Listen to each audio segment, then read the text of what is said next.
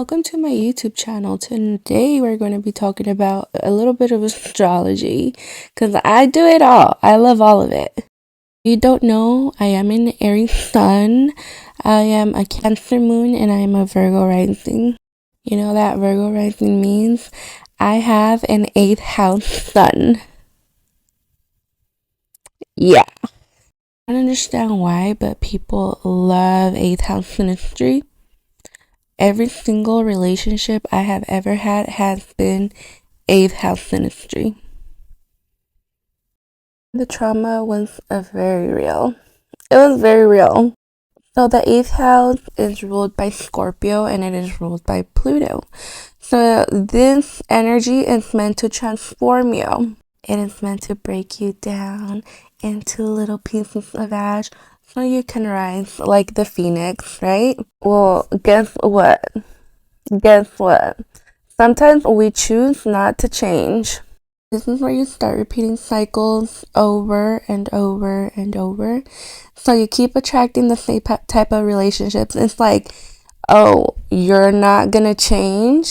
I kind of wanted to include my North Node and South Node.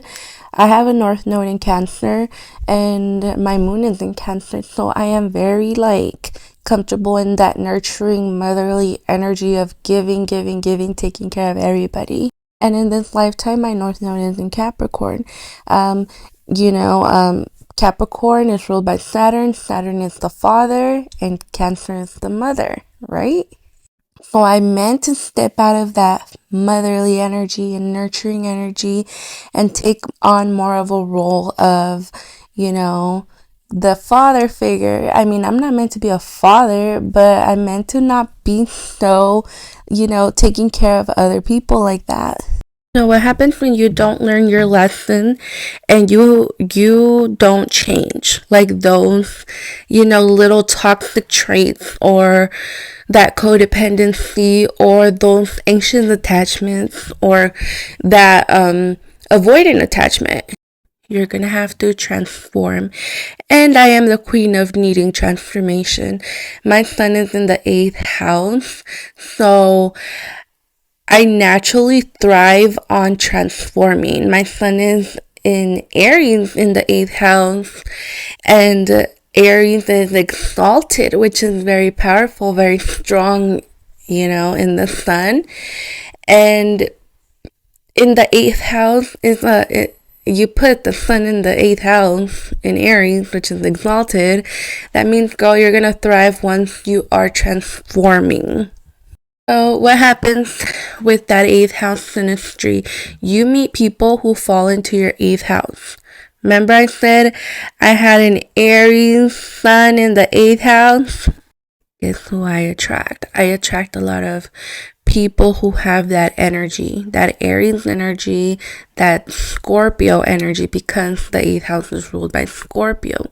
People who are karma people. I have realized that everybody I've been in a relationship has had 8th house synastry with me. I fall into their 8th house or they fall into my 8th house, but I always end up having these very toxic, hard to walk away from relationships with these people.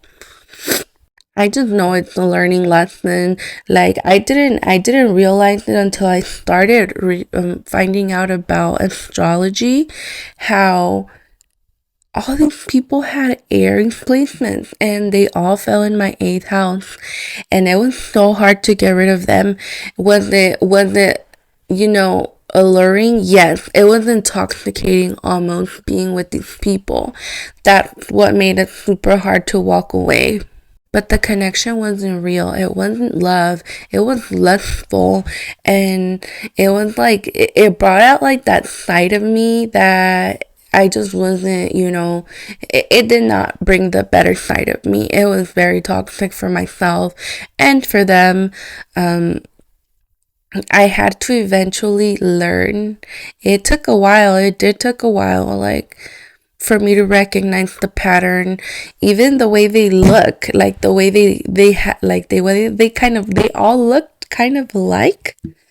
And that's when I was like, my type is no longer my type. I don't want my type to be my type no more.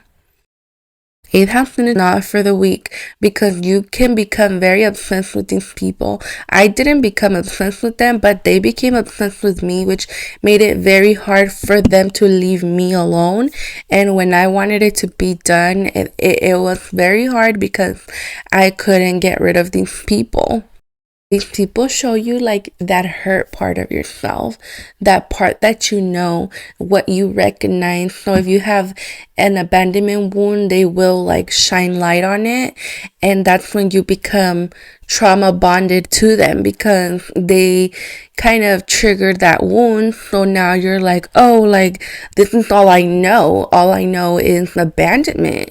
And that's what happens when you have synastry with somebody in the eighth house. And can you grow? Maybe you could choose to stay there.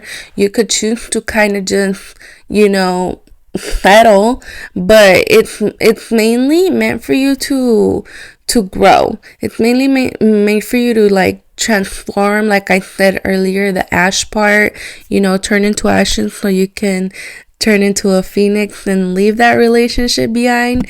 If you guys don't have like no bad blood and like, no hard feelings, yeah, you guys could transform together, of course. But in my experience, I've never had a relationship that ended well with somebody with eighth house synastry.